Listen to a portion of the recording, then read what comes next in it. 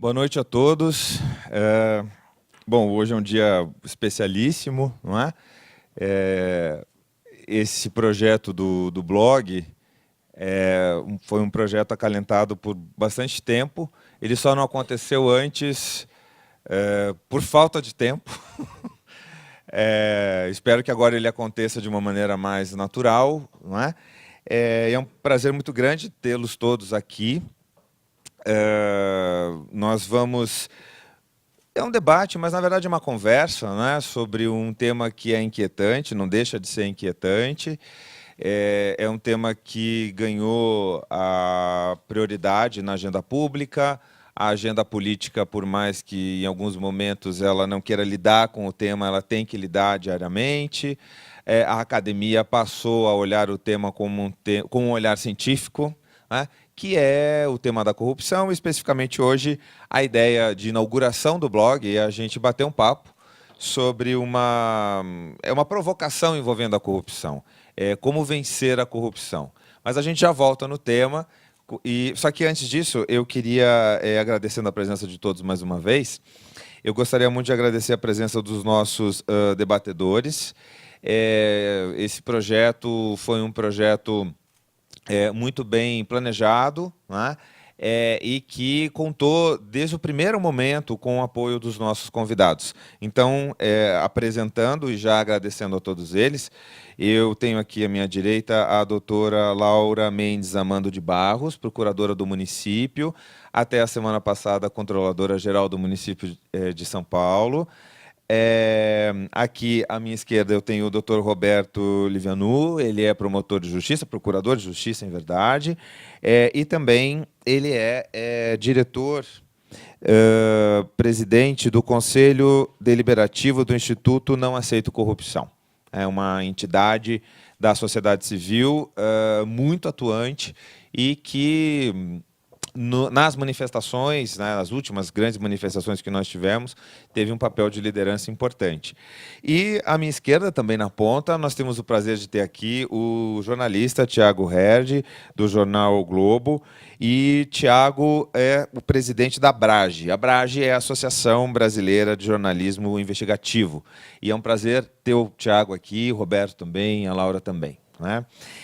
Antes da gente ouvir, a gente está aqui, na verdade, para ouvir os nossos convidados, né?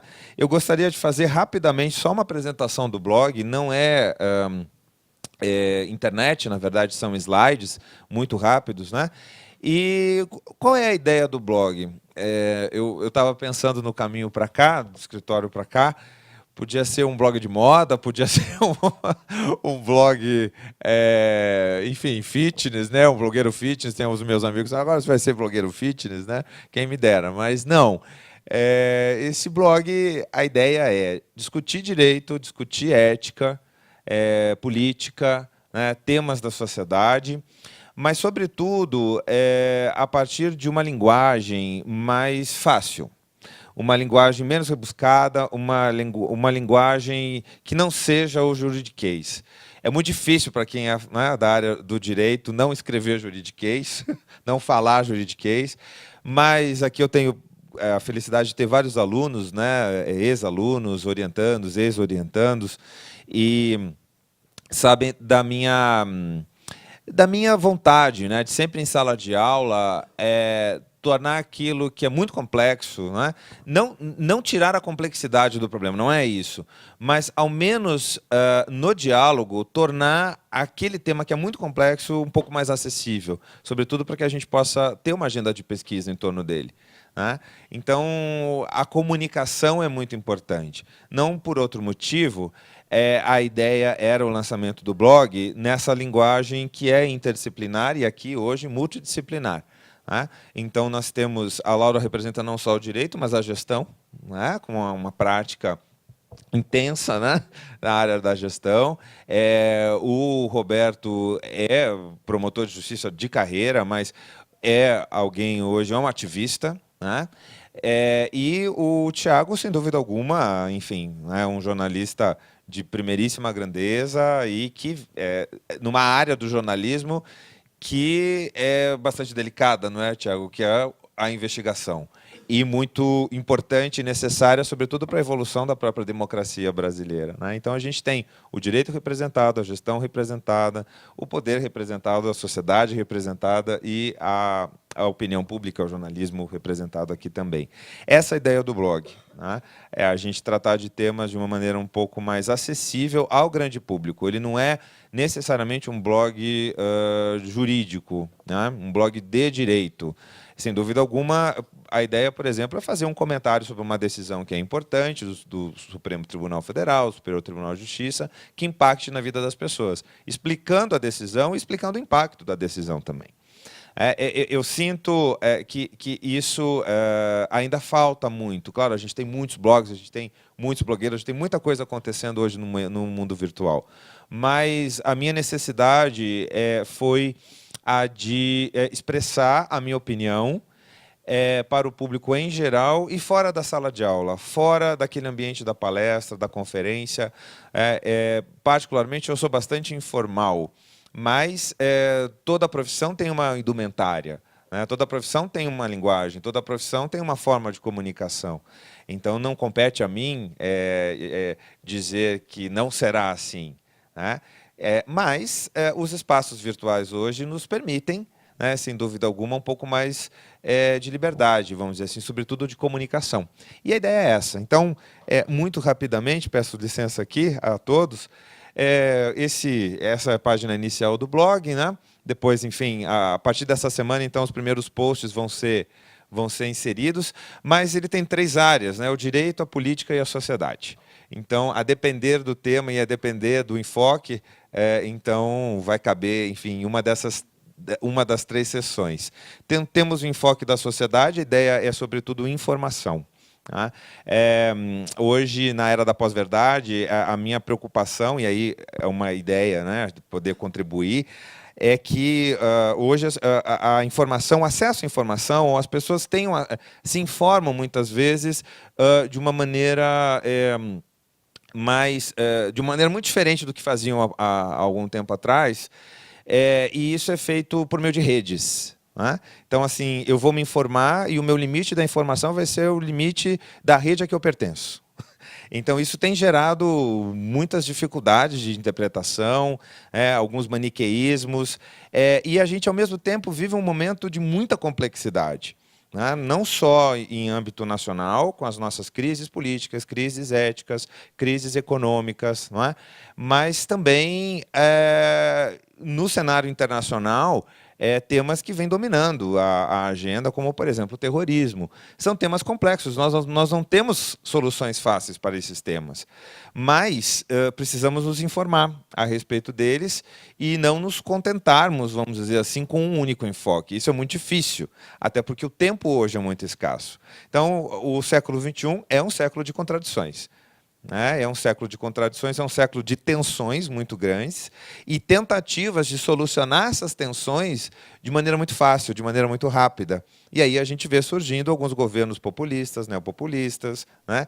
Salvadores da pátria, mas travestidos, enfim, de alguma modernidade, de alguma contemporaneidade.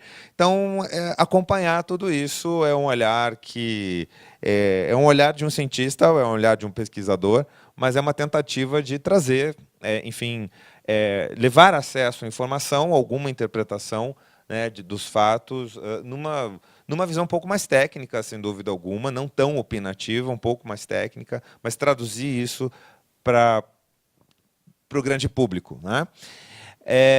No direito, sem dúvida, é onde a maior parte de nós aqui presentes, né, porque somos oriundos do direito, ficamos mais à vontade. O direito hoje, não é, Tiago? Ele é manchete.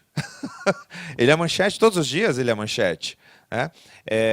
Porque por temas que são temas positivos, mas sobretudo vinculados aí à problemática dos escândalos de corrupção, e outros temas também, né? Desvios éticos, enfim, o direito também ganhou muito espaço, né? A pauta do Supremo Tribunal Federal hoje é uma pauta que tem que ser analisada cotidianamente, né? Hoje já se sabe, ao menos, que esta pauta, que esses julgados impactam no dia a dia das pessoas, muito embora as pessoas não saibam disso, as pessoas comuns, né? Então, que eu digo que não são da área do direito, a gente é obrigado a estudar essas decisões dentro das nossas áreas. Então, o cidadão ele ainda enfrenta alguma dificuldade em informação. A ideia é que o blog possa traduzir essas informações também jurídicas de uma maneira mais fácil.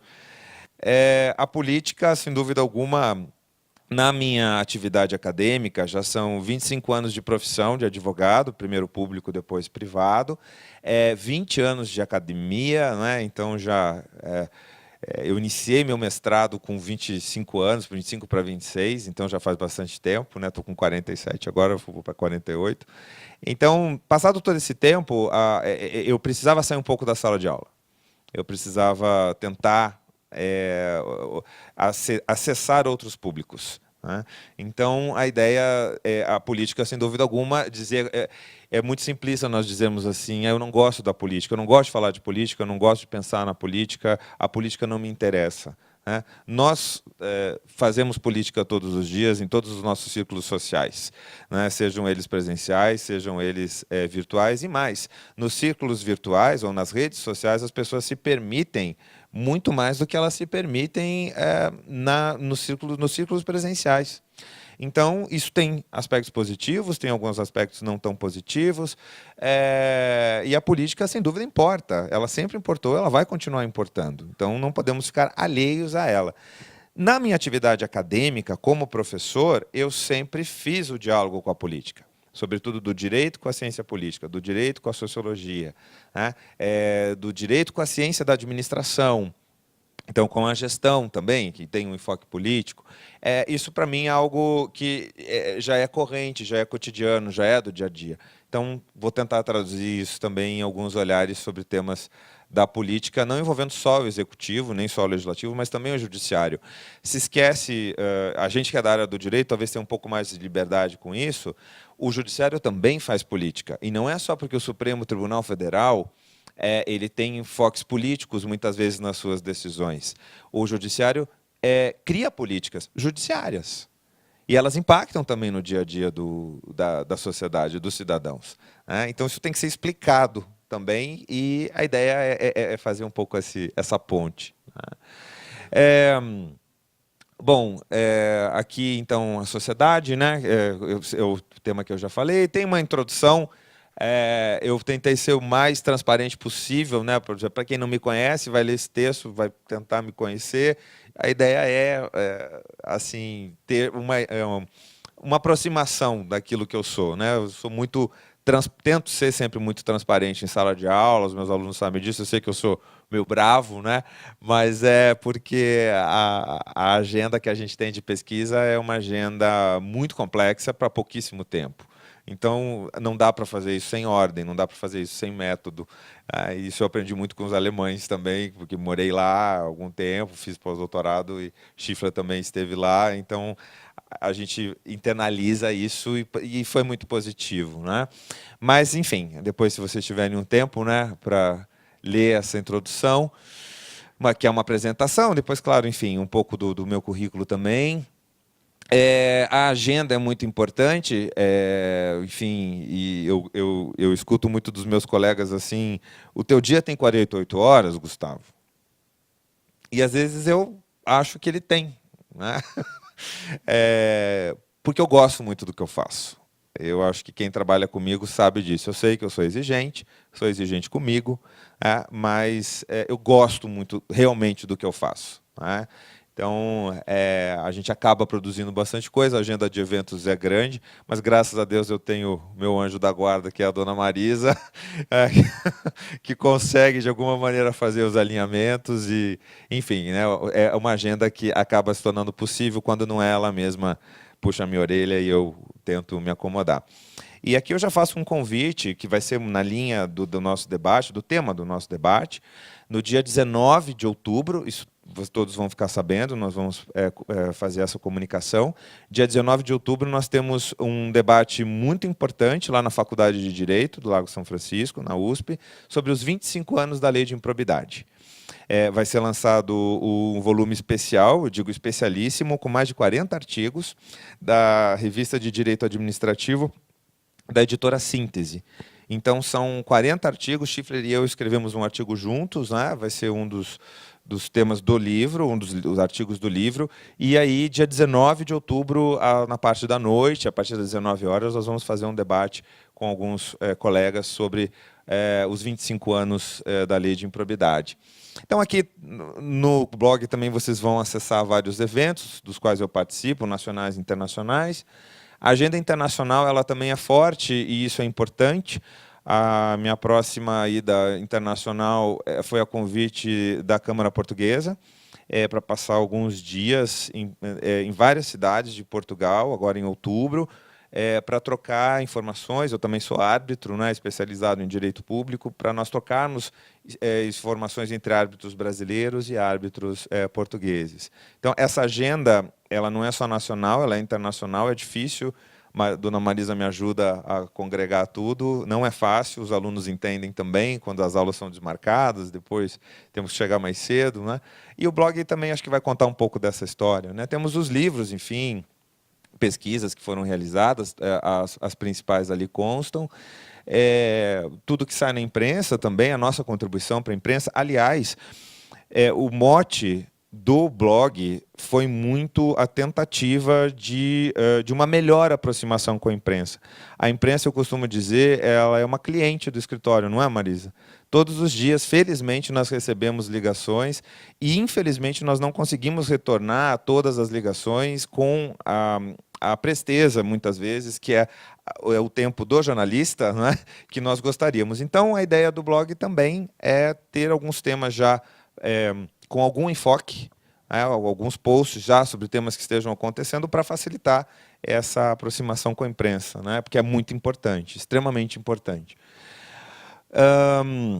Palestras, enfim, também, alguns vídeos, né, a gente já está organizando tudo isso, então a ideia é ter isso, e aí o contato também, né, para as pessoas poderem entrar em contato com a gente. Para ingressar no blog via Facebook, não é, Helena? Helena está onde? Está aqui. Né? E, aliás, e já terminando, né, já para a gente passar a palavra para os nossos convidados, mudando um pouco a ordem, eu tenho de fazer um agradecimento especialíssimo a 3 pessoas para esse projeto realmente ter saído do papel, né? Eu não sabia que o Bernardo vinha aqui, a primeira pessoa é o Bernardo, né, da Casulo. Trabalhamos juntos já há uns 10 anos, né, Bernardo? Então, a Casulo é uma empresa especializada, enfim, né, em sites, depois até o Bernardo pode falar um pouco mais. O Bernardo vem acompanhando a minha trajetória, né? Então, ninguém melhor do que ele para entender o que tinha a cara desse blog. E conseguiu, ficou um projeto muito bacana, então agradeço muito ao Bernardo, à equipe, né? Ao David, principalmente, assim, que foi a nossa ponte, né? Essa equipe toda, mas o David presente aí, foi um projeto de 8 meses, né? Para mais, mas desde a hora que a gente conversou, 1 ano quase. Mas, então, muito obrigado ao Bernardo e à equipe da Casulo. Muito obrigado à Marisa também, não é, assim, pelo dia a dia, não só no escritório, enfim, até a vida pessoal, né, a vida acadêmica, contato com tantas pessoas. A gente acaba fazendo parte de tantos círculos sociais e presenciais. Eu sempre evitei um pouco porque a gente tem tantas obrigações, né, diárias, mas as redes são importantes hoje, né, e sem dúvida alguma a gente tem que estar presente nelas também. Mas a Marisa, sem dúvida alguma, é a grande responsável por tudo isso dar certo, né? E eu queria pedir para a Gabriela, então, só entregar, por gentileza, né, uma lembrança para a Marisa, e também agradecer principalmente agora nesse projeto a Helena, minha assessora de comunicação também há bastante tempo, né, incansável, que me ensina todos os dias, né, também quando eu estou cansado, ela já sabe também, né, como fazer. Não, professor, mais um pouco, tem mais uma entrevista, tem mais um. Então, enfim, o dia a dia. A Helena foi especialíssima e por isso, então, o meu agradecimento. O Bernardo fica sem presente agora, mas vai receber. E aí eu agradeço a Helena e agradeço a Marisa. Bom, dito isso, então, nós gostaríamos de dar início, então, ao nosso debate. A ideia é que os nossos convidados possam refletir aqui conosco, e depois nós vamos abrir, obviamente, para um diálogo, a respeito de um tema que é um tema inquietante, né? Na verdade, uma pergunta: como vencer a corrupção? Então, quando a gente pensou em como vencer a corrupção, qual foi a intenção, né? A intenção, primeiro, se fala vencer a corrupção, então parece que a gente está diante, existe uma luta. E se não existe uma luta, existe uma guerra, né? E aí a gente fica pensando quem contra quem, né? Quer dizer, quem são os atores, quem são os protagonistas, né? Quem é que está lutando contra quem nessa arena? E aí nós temos os atores sociais, nós temos os atores estatais, nós temos os atores da política, da gestão, nós temos a opinião pública, nós temos a empresa, né? Então nós temos o Estado, o mercado, a sociedade, e todos compartilhando uma agenda que hoje é muito voltada à prevenção, ao combate e à responsabilização, sobretudo, né? Aquela noção que aquela sensação que a gente tinha de impunidade generalizada nos últimos anos, sobretudo com a Lava Jato, o que a gente percebe, né? A percepção é que esta sensação veio diminuindo. Então, quando a gente pensa como vencer a corrupção, primeiro é saber se a gente está diante de uma luta, se a gente está diante de uma guerra. É daquela guerra de 100 anos? Ou é uma guerra dos 6 anos, né, dos 6 dias? É uma guerra para toda a vida? Quem são os protagonistas, né? Em quem nós podemos confiar nessa guerra e quem nós não podemos confiar? Então, eu tenho minha opinião, sem dúvida alguma, e o blog acho que vai... né, os textos já publicados trazem isso, o blog também vai trazer, mas a intenção agora é ouvir os nossos convidados. Vamos começar, então, com a doutora Laura, depois o Tiago e depois o doutor Roberto. Laura? Bom, boa noite a todos. Primeiramente, queria agradecer demais o convite. O professor Gustavo foi assim, eu falo que, e é verdade, toda vez eu falo mesmo, não foi só um professor, só um orientador, ela é uma inspiração para mim. Né? Me pegou lá na mão desde o comecinho do mestrado, fizemos todo o percurso juntos, pai, tudo, né? Depois doutorado, agora finalizando, viajamos juntos, tivemos várias experiências, todas muito boas, muito positivas, diversos desafios. E foi a pessoa que realmente me despertou para a paixão da academia. Eu tenho muita gratidão por ter acreditado em mim, por ter me dado a chance, por ter me conduzido nesse caminho tão bonito, mas tão desafiador ao mesmo tempo, né? E também parabenizar por mais essa conquista, né? Uma coisa, acho que o Brasil está sedento desse tipo de coisa, né? Os lugares onde a gente pode discutir corrupção, o combate à corrupção hoje, eu acho que nunca é demais. Isso aí é um assunto que toca a todos nós diariamente e, de uma forma ou de outra, sempre estaremos envolvidos com essa questão. Bom, a questão que foi colocada é uma questão muitíssimo instigante. Eu, particularmente, sou apaixonada por ela, poderia ficar aqui horas discorrendo. Mas como vencer a corrupção? Né? Eu ousaria começar assim, por as pedras iniciais, eu acho, que a gente poderia citar nesse processo. Primeiramente, a gente tem que compreender o que é o sistema de controle. E, segundo diz a Constituição, é um sistema, justamente isso, ou seja, os mecanismos, os órgãos de controle externo, de controle interno e de controle social devem atuar de uma forma colaborativa, de uma forma concertada, de uma forma a se retroalimentar e estar sempre em continuidade, estar sempre em comunicação. Isso eu vejo com muita clareza. Não obstante, a gente tem muito mais tradição de controle externo. A gente está muito mais habituado a lidar com o Ministério Público, com o Tribunal de Contas, com a própria Câmara dos Vereadores ou com o Legislativo em geral. E, de repente, como a gente vem falar de controle interno, não obstante, mais uma vez, já previsto na Constituição, e tem-se aí uma noção disso que vem sendo aprimorada de uma forma marcante ao longo dos anos, e do controle social, a gente vê um pouquinho mais de novidade, a gente vê um pouco mais de perplexidade.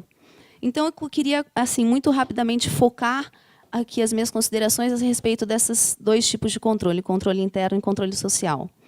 Controle interno, primeiramente, eu sempre digo essa frase e eu acho que realmente ela é muito verdadeira. Não existe controle interno sem autonomia. O controle interno tem que ter autonomia para cumprir a sua função. Né? Qualquer tipo de ingerência, qualquer tipo de direcionamento, macula todo o processo. E se cria nessa forma, se pode criar uma ferramenta, um mecanismo, uma engrenagem, que vai estar lá e simplesmente não vai atingir o seu resultado. Então, é imprescindível, em primeiro lugar, a autonomia. Em segundo lugar, um perfil técnico. As pessoas que lidam com controle interno, e não só com controle interno, com qualquer espécie de controle, têm que ter essa sensibilidade técnica, né? Porque a percepção do que é correto, do que não é correto, do que é ético, do que não é ético, do que é legal, do que não é legal, não varia conforme o governante, conforme a gestão, conforme o político. Isso é uma questão que tem que ser perene, é uma política de Estado, é uma questão institucional. Bom, e por fim, além da questão técnica, eu acho que é muito importante que se tenha uma estrutura estável, perene, em que o Estado, mais uma vez, consiga institucionalizar as políticas de controle, mais uma vez, para que não se fique ao alvedrio de gestores ou de políticos. Então, essa primeira colocação, que eu acho que é o primeiro pilar aqui dessas minhas considerações, né, o controle interno. Passemos ao controle social. O controle social somos todos nós, né? A gente está inserido na sociedade, a gente pode estar momentaneamente exercendo algumas funções específicas, como advogados, como procuradores, como controlador, enfim, mas todos estamos inseridos numa sociedade. E como cidadãos, eu acho que não é possível que não tomemos conhecimento do que está acontecendo e não nos sensibilizemos com a necessidade de observar, de agir e de se envolver. E para que isso aconteça, é imprescindível um elemento basilar, que também, para mim, é muito claro, para muita gente é muito claro, mas que a gente ainda vê que precisa amadurecer muito, que é a questão da transparência. Né? E aqui a transparência, eu me reporto até o que você estava dizendo, às vezes um formalismo, né? Muita gente ainda considera a transparência como publicação de uma informação no Diário Oficial. Isso não tem nada a ver com transparência. Isso aí pode ter a ver com publicidade, é um comecinho. A transparência vai muito além disso. A transparência impõe, primeiro, uma linguagem compreensível, uma linguagem cidadã, uma linguagem palatável a qualquer pessoa que leia aquelas informações. A administração pública não pode se julgar no direito de colocar um monte de número de planilha de Excel que ninguém consegue interpretar aquilo lá, muitas vezes nem os técnicos, e pretender que o cidadão possa, a partir dali, exercer o seu direito, e muitas vezes eu até defendo que é o dever de controle social. Então, esse pilar da transparência me parece ser uma das perguntas que estaria ali no top 10, umas respostas no top 10 dessa pergunta que foi feita. E, por fim, e daí já é minha última consideração, essa talvez um pouquinho mais polêmica, mas da qual eu estou convencida. Falei para o professor, estou escrevendo sobre isso, estou meio que apaixonado pelo tema, claro, né, um caminho para ser amadurecido, mas é uma possibilidade que eu vejo sendo relativamente pouco debatida aqui no Brasil, é a possibilidade de se dar estímulos financeiros aos denunciantes de casos de corrupção. Né? São aqueles whistleblowers famosos, e a possibilidade de se remunerar, se incentivar o governo, estimular aquele denunciante para que ele possa possibilitar o desbaratamento de eventuais esquemas de corrupção. A gente avançou muito nessa área, fazendo aí um paralelo com os acordos de leniência, que são muito criticados, por um lado, muito elogiados, por outro, mas já está se enxergando aí a óbvia necessidade de colaboração entre os entes que estão ali na sociedade, de alguma forma, em contato constante com aquelas células de irregularidades, de desvios, e o aparato estatal, que muitas vezes está isolado, sem condições de trocar, de articular, de conversar com aqueles atores. Então, cria-se um sistema, por meio desse mecanismo que eu estou citando aqui, que, primeiro, tem uma mudança cultural, porque as pessoas que estão habituadas a cometer irregularidades ou ilegalidades ou atos de corrupção passam a ter uma certa desconfiança de que todos aqueles que com elas convivem podem ser um potencial denunciante.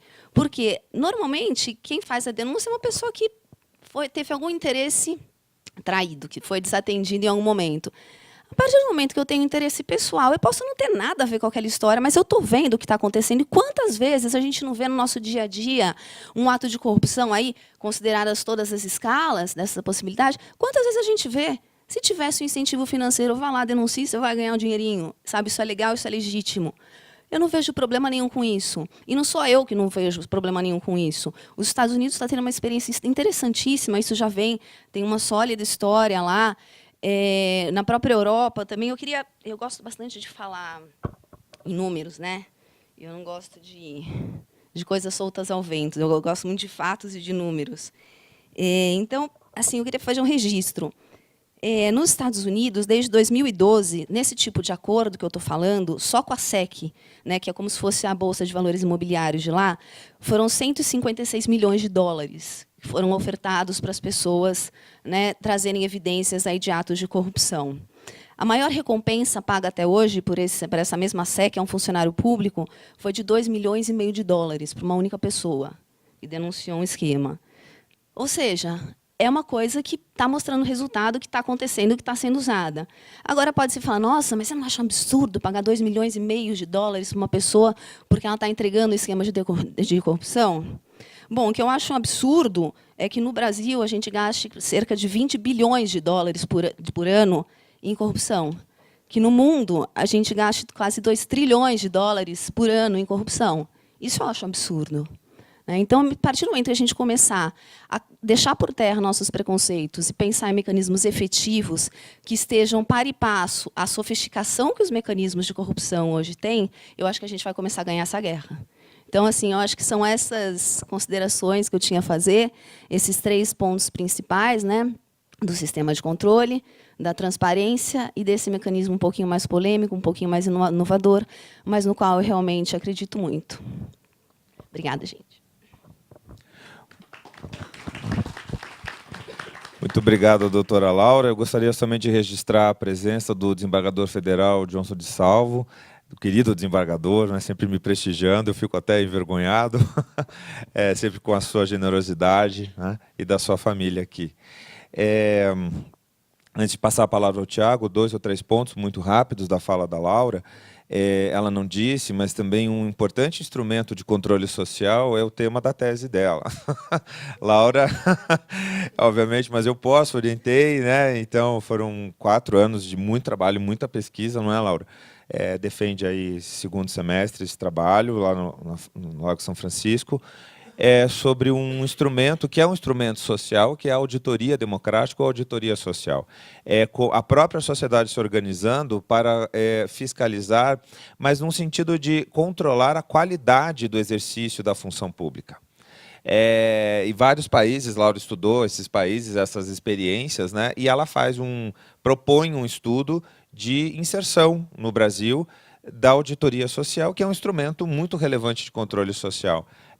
Essa emancipação da sociedade brasileira, e a gente tem que lembrar que a democracia brasileira ela é extremamente recente, ao menos esse capítulo novo que nós estamos vivendo ainda, ele é muito recente, então nós vamos ainda bater a cabeça, nós vamos cair, levantamos, isso é uma característica muito brasileira, mas é a sociedade que tem que passar por um processo de empowerment, né, de emancipação. Então, os instrumentos sociais importam muito, eu concordo com o que Laura mencionou. E, passando a palavra ao Tiago, bom, como professor, esse meu lado professor, ele não me deixa, né? Eu terminei de ler agora um livro muito interessante sobre a intenção daqueles que praticam crimes de corrupção, né? O que os leva a praticar. E esse livro é mais focado na mente do empresário, né? do gestor privado, né? Daquele que comete fraudes financeiras, crimes do colarinho branco e por aí segue. O autor é um professor de gestão de Harvard, Eugene Schultz, e o livro é Why They Do It? Por que eles fazem isso? E, claro, é muito instigante, é uma pesquisa, ele manda várias cartas para empresários que ou estavam na prisão ou foram condenados por crimes do colarinho branco e afins. E 48 respostas ele recebe, e essas 48 respostas dão início a uma série de entrevistas, que durou, acho que 9 anos, essa pesquisa de doutoramento dele, e aí ele extrai algumas lições. E é muito interessante o livro, eu não vou falar dele, né, porque vale ler, eu terminei essa semana, e o que fica é o seguinte, por que eles fazem, né, sobretudo a visão do empresário? Muitas vezes ele faz porque ele está distanciado da sociedade, com ele convivem iguais, e a medida é o dinheiro.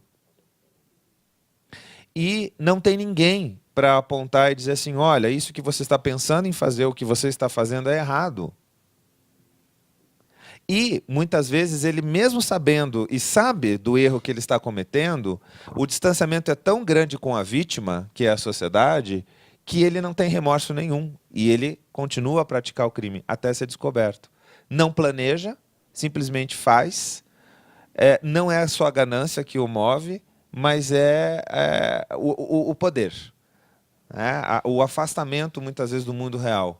E ao final do livro, enfim, claro, para chegar nesse final são algumas páginas, mas o que ele diz basicamente é o seguinte, tem de se ter humildade, inclusive os grandes empresários. Eles têm de ter pessoas próximas deles, né, que apontem e digam, bom, isso que você está fazendo é errado, ou isso que você está pensando em fazer é errado, e isso tem consequências. Né? Isso é algo do dia a dia, enfim, da vida, né? Sempre duvidar das pessoas que acham que sempre estão fazendo tudo certo, no sentido de que não pedem uma opinião, né, a um par ou a uma pessoa próxima. A gente não acerta sempre, aliás, é isso que ele diz no final. Né? Todos nós temos de saber que nós podemos errar, e errar muito, e feio. Por isso que nós temos de ter ou um espelho ou pessoas que possam nos aconselhar na vida. Tiago? Queria primeiro agradecer pelo convite. Na verdade, eu pertenço à plateia. Como jornalista, gosto de fazer perguntas, não gosto de falar, gosto de ouvir o que as pessoas têm a dizer. E me lembrando o que você disse, Laura, sobre a questão do denunciante. Né? Estava na proposta em discussão, nas 10 medidas, um projeto sobre a ideia do Brasil ter um programa de atenção ao denunciante. Não houve qualquer debate sobre isso. Me lembro de deputado dizendo que era a oficialização do X9. Enfim, é lamentável que esse ponto de vista tenha prevalecido e a gente tem muito a lamentar. Perdemos muito com isso. Né? Bom, eu vou tentar ser bem breve, falar um pouco do que é a Abrage, que é a entidade de jornalistas que hoje eu que represento. A Abrage surgiu em 2002, na ocasião da morte do Tim Lopes, eu não sei se vocês se lembram, no Rio de Janeiro. Naquela ocasião, um grupo de repórteres do Rio de Janeiro se reuniu, entendeu que era interessante, era importante, nós estávamos juntos em torno da ideia de que o jornalismo tem que ser feito com segurança, e acabou que, nos últimos 15 anos, a Abrage foi ampliando muito seu espectro de atuação e foi abraçando novas causas. Então, uma delas é a qualificação do repórter. Hoje a Abrage faz um puta congresso de jornalismo que acontece em São Paulo para debater técnicas de investigação jornalística. A Abrage tem como um pilar grande de atuação a defesa da transparência pública e da lei de acesso à informação. Na época da formação da lei, a Abrage atuou muito em Brasília como uma espécie de lobby do bem para que, enfim, que a lei viesse à tona, e hoje ela luta bastante para que ela possa ser usada cada vez mais por repórteres e pela sociedade em geral. Tem projetos em torno disso. A questão do jornalismo de dados, a Abrage defende o uso cada vez maior por parte de repórteres de técnicas do jornalismo de dados, ferramentas de computador para fazer melhores reportagens, fazer matérias de mais qualidade. É hoje uma referência na defesa da liberdade de expressão e na defesa do direito da sociedade à informação de qualidade. Né? E aí, o que é, então, a informação de qualidade no ponto de vista da Abrage? Né? É a reportagem, é a matéria que segue alguns dos valores básicos do jornalismo. Eu posso estar falando aqui de coisas que podem parecer meio óbvias, mas que elas, no final das contas, são muito importantes e tem muito a ver com a pergunta que foi colocada. Né? O primeiro de todos, o principal compromisso do jornalista é com a verdade dos fatos. Existe um pacto implícito entre o leitor e o jornalista, onde entende-se que toda informação publicada na matéria ela deve ser obtida de modo legal, desinteressado, de boa fé, e só pode ser publicada depois de verificada a veracidade daquelas informações. Isso é o jornalismo. O jornalista profissional não paga por informação, ele não pode receber dinheiro de uma fonte que prestou ou deixou de lhe prestar informações, sob a pena dele comprometer a sua independência. Um outro valor importante do jornalismo profissional é a isenção. O jornalista deve ouvir todas as versões de uma história antes de publicar. Então, quem for atingido, quem for citado numa matéria, deve ter sempre a chance de se manifestar antes dela sair, e esse relato tem que ser contemplado. O jornalista, ele não é investigador policial, ele não é procurador, ele não é juiz, ele nem é advogado. Muito menos um ativista ou militante de uma causa, e até mesmo a causa do combate à corrupção. Não é papel do jornalista combater a corrupção. É papel do jornalista escrever sobre corrupção. E vou explicar melhor por quê. Por quê? Porque a missão do jornalista, do cidadão, com o cidadão, que o cidadão existe dele, é que ele narre os fatos. Ele não vai ser capaz de mudar a realidade. Então, numa sociedade democrática, a liberdade de informação deve ser plena. Então, de um lado, você tem uma sociedade que requer a circulação da informação de qualidade, e, de outro, o comunicador com o direito de ser livre no direito de informar para atender as expectativas dessa população. Então, dessa forma, a liberdade de expressão e pensamento, ela não é só uma característica do regime democrático, ela é quase que a essência da democracia, o que vai permitir que ela se firme, que ela exista. Aí eu vou falar rapidamente sobre duas questões, que é o embate entre o interesse público e o interesse comercial de um veículo jornalístico. Os meios de comunicação em massa, eles nem sempre vão ser entendidos como uma expressão da liberdade e da autonomia individual de cidadãos, na medida em que existem donos, existem pessoas que controlam esses veículos, são os donos desses veículos, e muitas vezes vão resguardar nesses veículos seus interesses comerciais e ideológicos. A gente está acostumado a lidar com isso. Só que esse interesse sempre vai existir dentro das redações ao lado de um outro interesse, que é o interesse público. Em alguns veículos ele vai estar mais presente, em outros veículos ele vai estar menos. Eu posso dizer isso com toda certeza, que a maioria absoluta dos repórteres que hoje trabalham em jornal, que ligam para vocês procurando, pedindo uma entrevista, pedindo para falar sobre algo que está acontecendo, que estão atrás da Laura querendo saber por que ela saiu da prefeitura, são repórteres que têm o interesse público como o seu ponto de vista. São soldados em defesa do interesse da sociedade e do interesse de todos. Daí a importância do bom jornalismo e do jornalismo feito com responsabilidade para uma sociedade democrática. Então, o jornalismo não existe para fazer oposição política, ele não existe para afagar o ego de jornalistas que vão escrever sobre aquilo, nem das fontes desses jornalistas, que muitas vezes ganham projeção na sociedade quando eles são destacados na mídia. O jornalismo existe para levar informação relevante para a sociedade. Esse é o dever do repórter, e é nesse contexto que se insere a contribuição do jornalismo, eu acredito, ao combate à corrupção. Tem um valor também básico do jornalismo, já estou terminando, mas que eu acho importante falar sobre ele, que é a questão do sigilo de informação. O sigilo da fonte é um direito do jornalista protegido pela Constituição brasileira, não é? O artigo 5º. O que diz? Qual que é o acordo que existe entre o jornalista e a fonte? Toda fonte, toda pessoa que é procurada por um jornalista, posso procurar qualquer um de vocês para me ajudar numa matéria, toda fonte tem o direito de solicitar ao jornalista não ser identificada numa reportagem. E o jornalista tem o direito de preservar a identidade dessa fonte e também as condições em que lhe foram transmitidas as informações. Certo? É isso que garante ao jornalista a possibilidade de obter informações de interesse público que, naturalmente, continuam precisando ser checadas antes de ser publicadas. O filtro de informação da imprensa profissional é um filtro justo. Vai caber ao repórter decidir o que é ali importante e interessante para o jornalismo.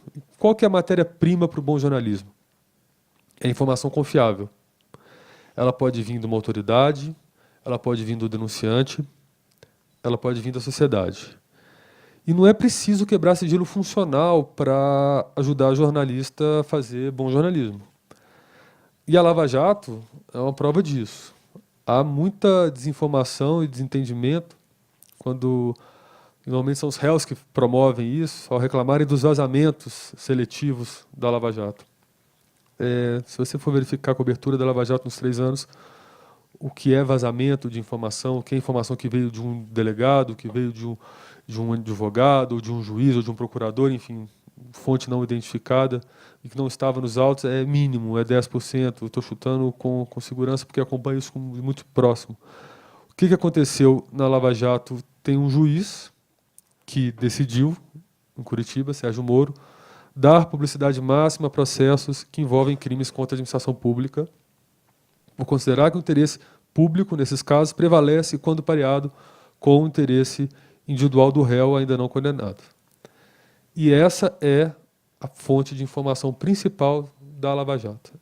Por que se escreve tanto sobre a Lava Jato? Porque todos os dias você tem disponível na imprensa, disponível para o jornalista, um volume de informações inimaginável, que a imprensa não dá conta de processar.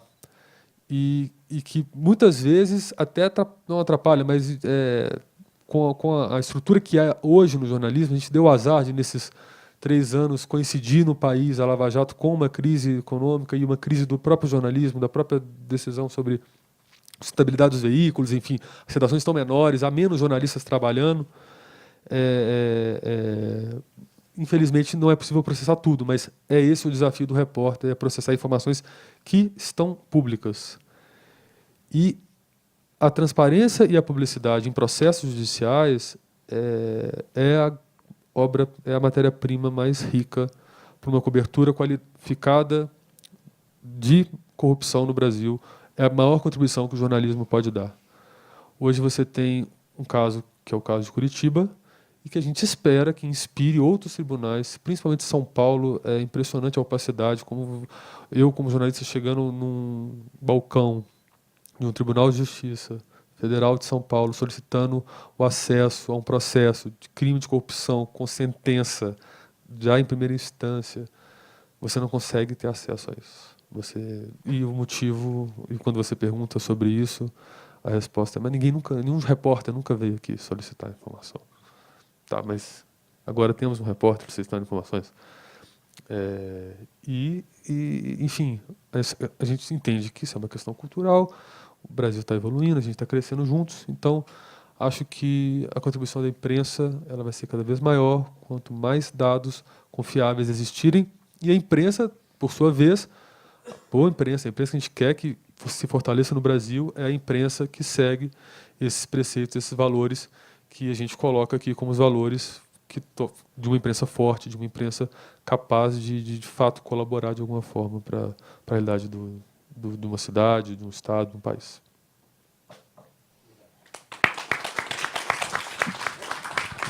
Muito obrigado ao Tiago. Enquanto ele estava falando, uma das minhas dúvidas, e aliás eu já havia conversado aqui e agradeço a presença dos repórteres de vários veículos também, havia conversado com vários, mas com essa profusão, com esse volume de informação, né, se estabelece uma tensão, por exemplo, no tema da corrupção, né, envolvendo o jornalismo. O acesso a essa informação, como você disse, especificamente no caso da Lava Jato, é um acesso mais facilitado, mas, ao mesmo tempo, você tem um volume de informação que é absurdo, né, com equipes mais reduzidas, como você mencionou, isso também fica evidente. E a tensão que eu menciono é assim, no tema da corrupção, como é que fica?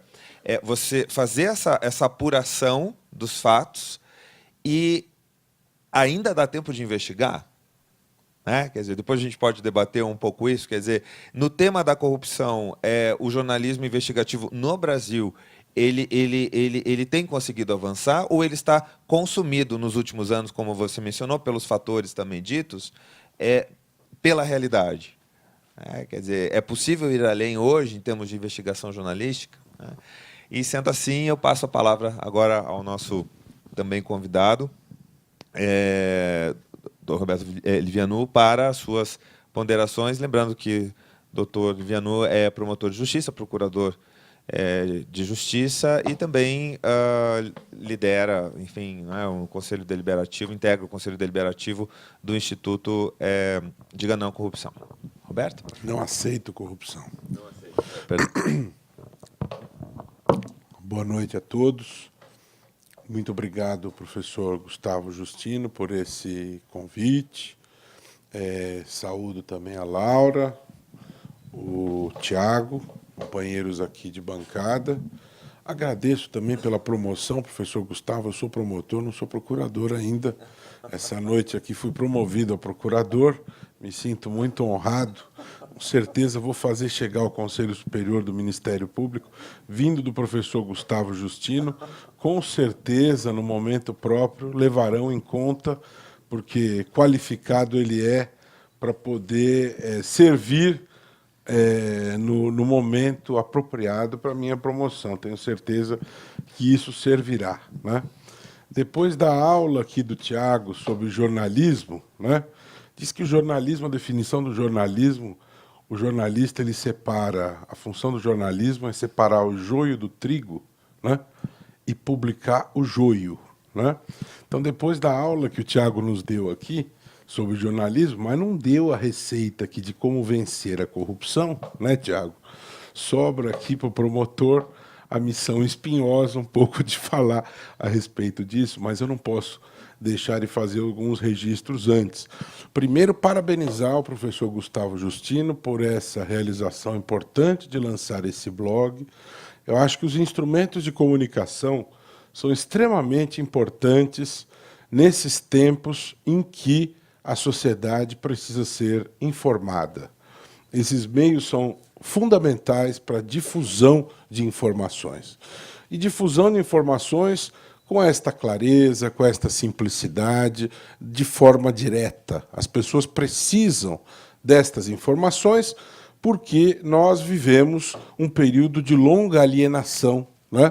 E nós precisamos de cidadãos mais conscientes para desintocar as raposas que se apoderaram do país, né? Nós temos um grupo de raposas que se apoderaram do país, que se enraizaram no país, e nós só conseguiremos retirá-las do poder com consciência, né? Essas pessoas se apoderaram do poder e exercem o poder e legislam em causa própria. Há muito tempo não se produz lei para o bem comum. Só se produz lei no Poder Legislativo em benefício próprio. Em novembro do ano passado, planejou-se uma anistia ao Caixa 2 em votação secreta. Votação secreta. Os partidos planejavam anistiar o Caixa 2, todos os ilícitos em torno do Caixa 2, sem sequer ter a hombridade de mostrar a cara. Só não fizeram isso porque tiveram alguns receios. Ou seja, há muito tempo que se produz lei de costas para a sociedade. Você falou sobre o whistleblower, que nas 10 medidas perdeu sua oportunidade. Ali perderam-se muitas oportunidades, Tiago. Aquele destroçamento na noite do dia 29 de novembro, aquilo foi um tapa na cara do povo. Ali foi a demonstração clara do desrespeito que se tem em relação à sociedade, né? Aquelas 2.600.000 pessoas que assinaram aquelas medidas e queriam, o denominador comum dessas assinaturas é muito simples. Queremos um sistema mais eficiente de controle da corrupção. É muito simples que o pedido é este. Queremos mais eficiência no controle da corrupção. Por exemplo, o professor Klaus Roxin esteve no Brasil 2 anos atrás, dando uma palestra, né? E disse, falando da prescrição, o Brasil não é um país sério. No mundo todo, nós temos 2 tipos de prescrição. A prescrição da pretensão punitiva e a prescrição da pretensão executória.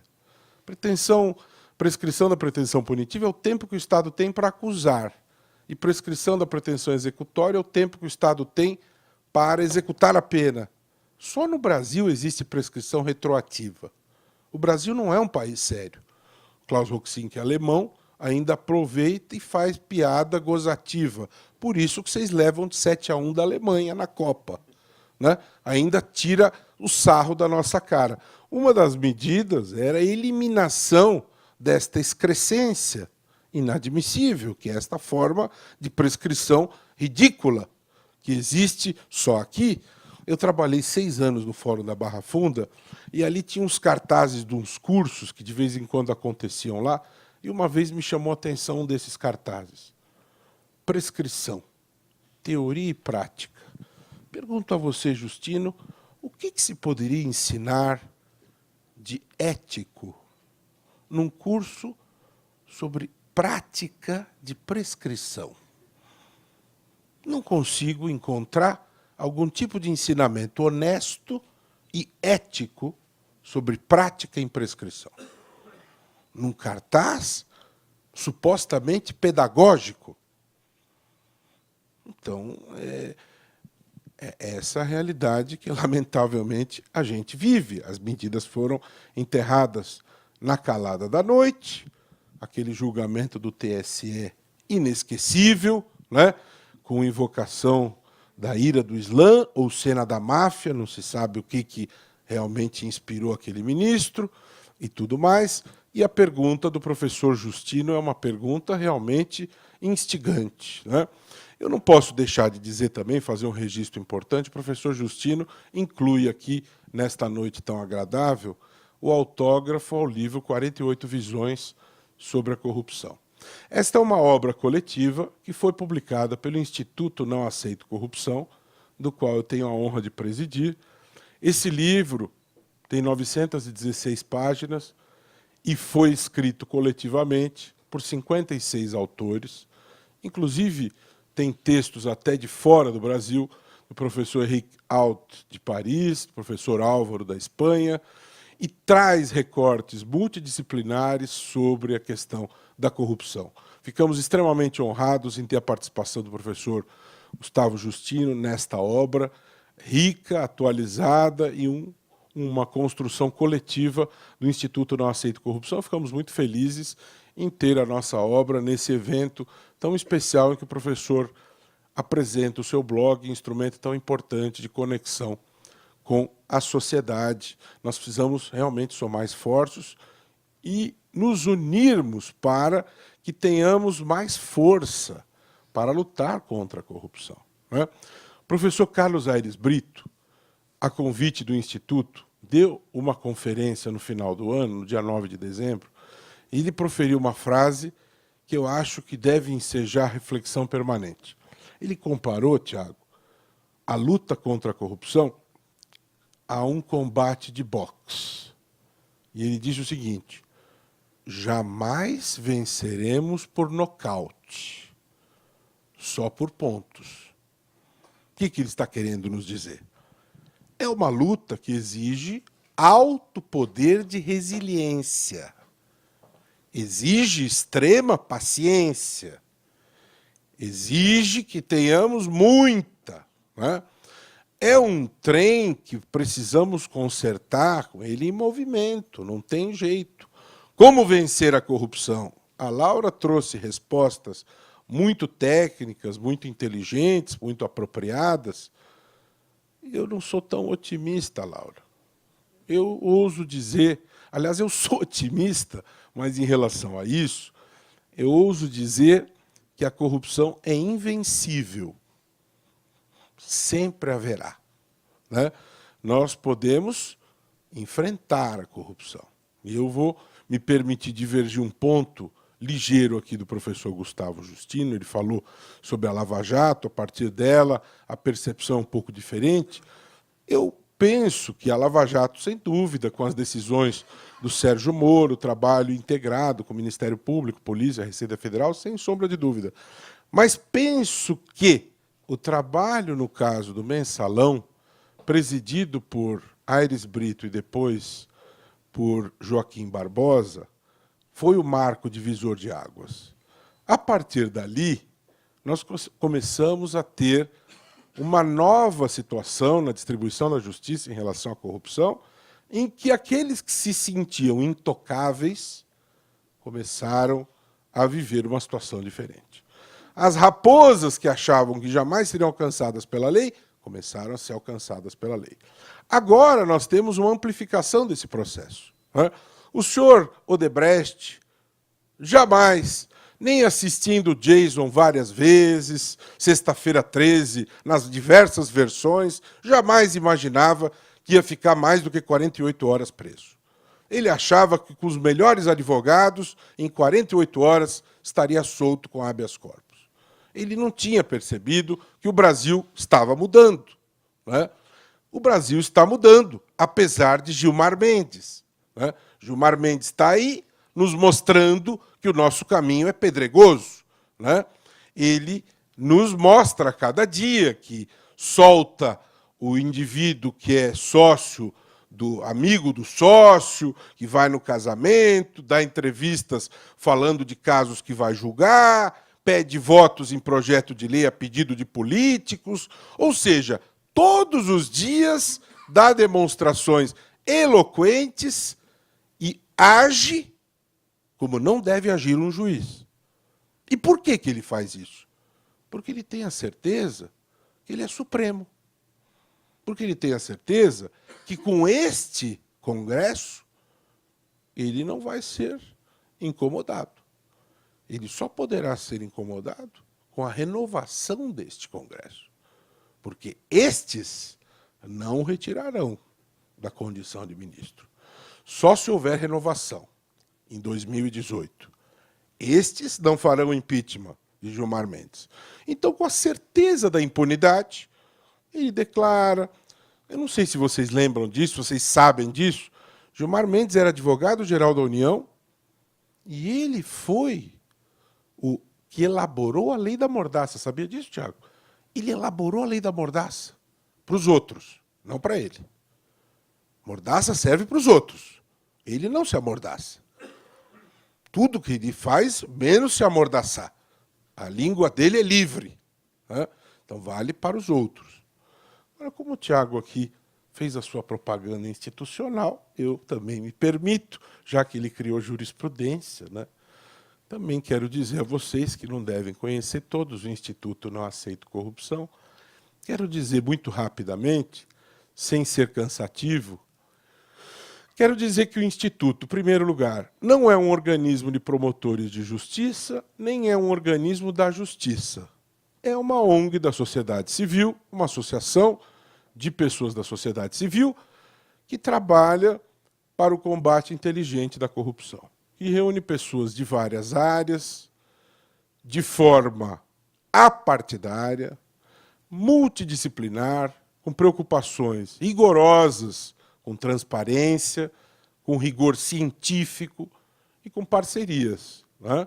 Nós procuramos nos juntar com organismos e pessoas para produzir trabalhos e que possam gerar estes resultados em prol da sociedade. Falamos aqui, por exemplo, das medidas. Eu acho que as medidas continham ótimas ideias. Né? Agora, também tenho clareza que o problema da corrupção não se esgota com punitivismo. O problema do combate à corrupção não é um problema apenas de punitivismo. Ele envolve reforma política. Não é essa que está aí, que é um golpe escancarado que planeja manter no poder esses indivíduos que aí estão. Na verdade, é isto. Isto aí é um golpe para manter aqueles que estão no poder e vedar a renovação política. Nada mais, nada menos. Tanto os bilhões do fundão, como o distritão, que só existe em Vanuatu, Afeganistão, Emirados Árabes e Kuwait. Potências democráticas do mundo. Né?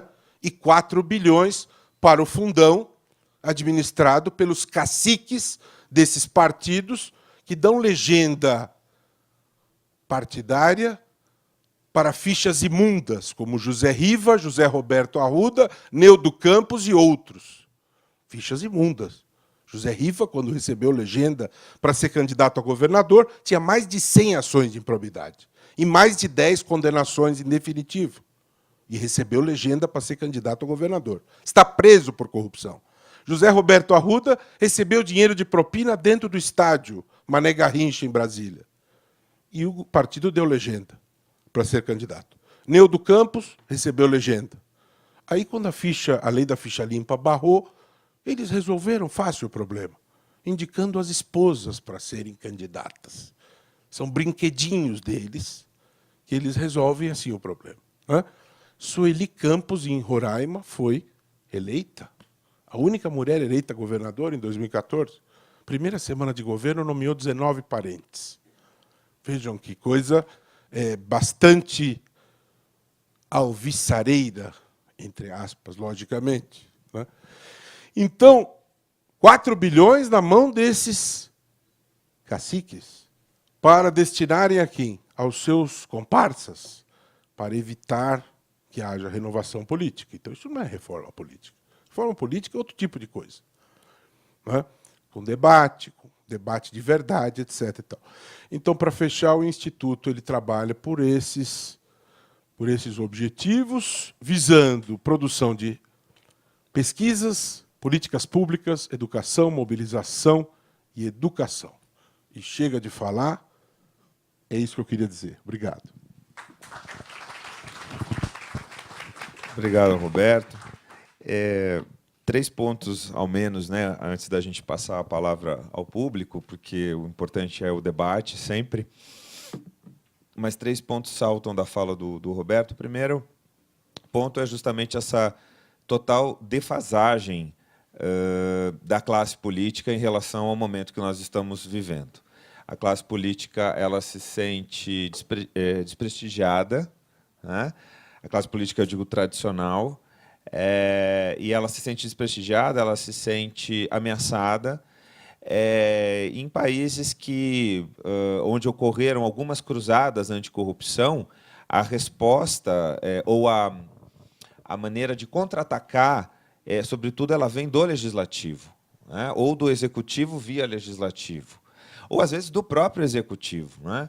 Quando Temer assume e retira a autonomia da CGU, quer dizer, o que ele estava comunicando para a população?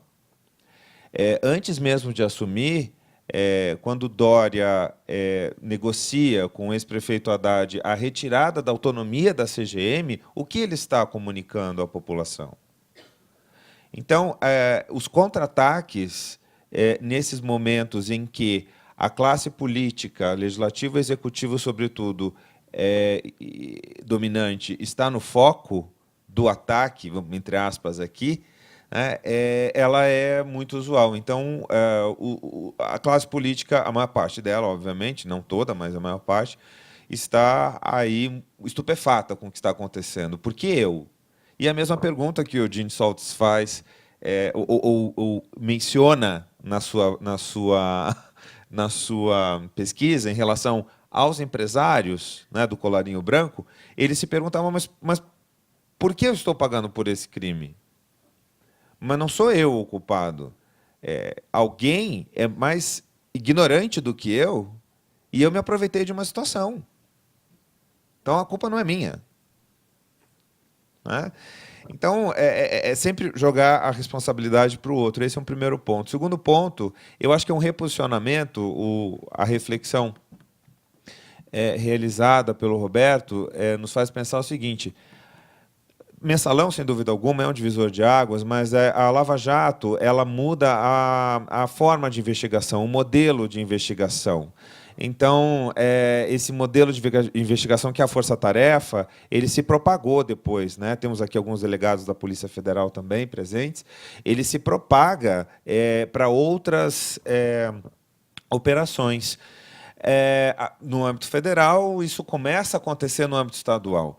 Então, há um reposicionamento tanto da investigação, quanto um reposicionamento de vários atores que atuam nesse sistema de controle interno, externo e do controle social, não é, Laura? Então, por exemplo, o advogado, hoje, eu me vejo assim, né, como advogado, e vejo muitos dos meus colegas também, independentemente de atuar na defesa, enfim, esse é um outro ponto, mas há um necessário reposicionamento do advogado na sociedade. Tá? Então, as condutas éticas, as ações de prevenção da corrupção, né, dentro do seu métier, do seu dia a dia, obviamente, com a preservação, né, da confidencialidade, porque quando ele aceita vai realizar a defesa de um cliente, enfim, aí é um contrato que se estabelece dentro do Estatuto da Advocacia, a proteção daquela relação. Mas eu acho que o advogado, enquanto integrante, enquanto exercendo a sua função social na sociedade, ele está efetivamente se reposicionando também. Né? Então, nós não sabemos bem como essa história vai acabar, mas é um ponto de inflexão. E o terceiro ponto, somente aqui já para passar a palavra ao público, né, para que a gente possa conversar, e aí fazendo, não encerramento, mas, obviamente, assim, voltando à pergunta inicial de como vencer a corrupção, concordo, é uma cruzada que não tem fim, mas é possível contê-la. É possível contê-la. E vários países já chegaram a esse ponto da contenção da corrupção, por meio de mecanismos preventivos, de controle interno, com cooperação, governo aberto. Não é? E aí, é claro que isso depende da sociedade, isso depende da atuação da imprensa. Todos nós temos parcelas, né, de atuação voltadas a essa contenção. Mas as grandes medidas são medidas de política pública. E é aqui que fica um ponto de interrogação maior em relação a tudo isso. Quer dizer, se legislativo e executivo, ao menos atualmente, não sei se todos vão concordar com isso, mas é uma imagem que nós temos, não é? Realizam um contra-ataque, não é? Porque se sentem atacados naquilo que detêm, naquilo que, de alguma maneira, dominam, e até porque predominam em suas visões, como é que do executivo e do legislativo vão sair medidas que sejam medidas de autonomia, de controle de gestão, por exemplo, controle interno, né? De criação de política pública nacional anticorrupção, 10 medidas ou mais medidas, né, para reforçar um sistema anticorrupção, como é o caso brasileiro. Quer dizer, a criação, por exemplo, de agências, não só com autonomia, mas independência e especialidade de atuação. Mais ou menos como a força-tarefa da Lava Jato deixou evidente. O sucesso da Lava Jato tem a ver, sobretudo, com o mecanismo e os métodos que estão sendo empregados. Né? Então, legislativo e executivo, essa agenda de combate à corrupção, ela não lidera, ao menos essa impressão que a gente tem, a agenda política, mas lidera a agenda pública. Né? Então, fazer com que essas agendas se comuniquem, fazer com que essas agendas se alinhem, me parece que aí é um importante papel dos órgãos de controle. Né? O Ministério Público, sem dúvida alguma, hoje é a agência anticorrupção independente que nós temos no país. O MPF, em virtude das últimas operações, mas o Ministério Público também, estadual. Né? Então, a sociedade, enfim, né, com o apoio da imprensa, né, dentro da linha estabelecida pelo Tiago. E eu acho que esse é um tema que não acaba, não é? Mas eu acho que a gente conseguiu, em pouco tempo aqui, perpassar por muitos aspectos, e a ideia era essa, sobretudo. E a palavra está com o nosso público, e a Helena está ali com o microfone, então fiquem super à vontade, nós temos um tempo aqui ainda. Na sequência do nosso debate, nós temos um momento, né, de autógrafo, né, meu, e convido aqui o Roberto, que é o coordenador do livro, inclusive, né, do livro 48 Visões sobre a Corrupção, seguido também de um coquetel, enfim, alguma coisa mais leve, né, embora o tema seja muito pesado, realmente, mas acho que a gente conseguiu fazer um debate panorâmico, é verdade, mas também com pontos muito contemporâneos, né, mas a palavra está com o público. Boa noite, meu nome é Silvia Sauer, eu sou coordenadora jurídica do Grupo Elfa. Trabalhei 7 anos na Siemens, na área de healthcare e também na área de compliance. Então, pude ver alguns casos de perto, Correios, metrô, etc. A minha pergunta vai para todos vocês. Eu queria saber, na verdade, são 3 perguntas. Eu gostaria de saber qual a opinião de vocês entre a correlação entre corrupção e a extensão territorial do Brasil, a correlação entre corrupção e a quantidade de municípios existentes hoje no Brasil. São mais de 5.500 municípios que existem, e, pelo menos eu, que trabalho muito com direito administrativo, licitações e contratos públicos, a gente percebe que, no nível municipal, a corrupção realmente é algo absurdo, muito mais do que nos estados e na própria União. E, por fim, a minha última pergunta seria a respeito da correlação entre a corrupção e o modelo político existente nos países. E essa última pergunta é mais uma reflexão a respeito se o modelo democrático que existe hoje no Brasil, né, na forma de presidencialismo e na forma de democracia, seria um modelo adequado para atender realmente ao bem comum, porque nós sabemos muito bem que hoje quem sobe ao poder sobe através do voto popular, só que, infelizmente, a gente sabe muito bem que a maioria da população não tem a menor ideia, não vota de forma consciente, e a gente acaba tendo um verdadeiro Big Brother, né, com campanhas, financiamentos de campanhas políticas para que essas pessoas cheguem ao poder, e é obviamente que, na minha opinião, isso não vai nunca servir ao bem comum. Então, eu queria que vocês comentassem a respeito desses 3 pontos, por favor. Nós podemos nos dividir, a começar pela Laura, enfim. Bom, vou meio que unir as 3, tá? Para comentar. Eu acho que você tocou aí em 3 valores que são bastante caros, até a gente discute bastante, né? Que é a questão da legitimidade, né, de quem está exercendo aí a função de administrador público, de gestor público, e outra questão da subsidiariedade, que também a gente discutiu bastante. Com relação à primeira, realmente é uma batalha que eu acho que é muito difícil ainda. A gente está evoluindo, mas eu acho que a gente tem muito a evoluir ainda. A gente não tem essa sensação de representatividade, de um vínculo de suporte popular com relação aos nossos governantes, por assim dizer, né? Existe um distanciamento, uma falta de identidade absoluta.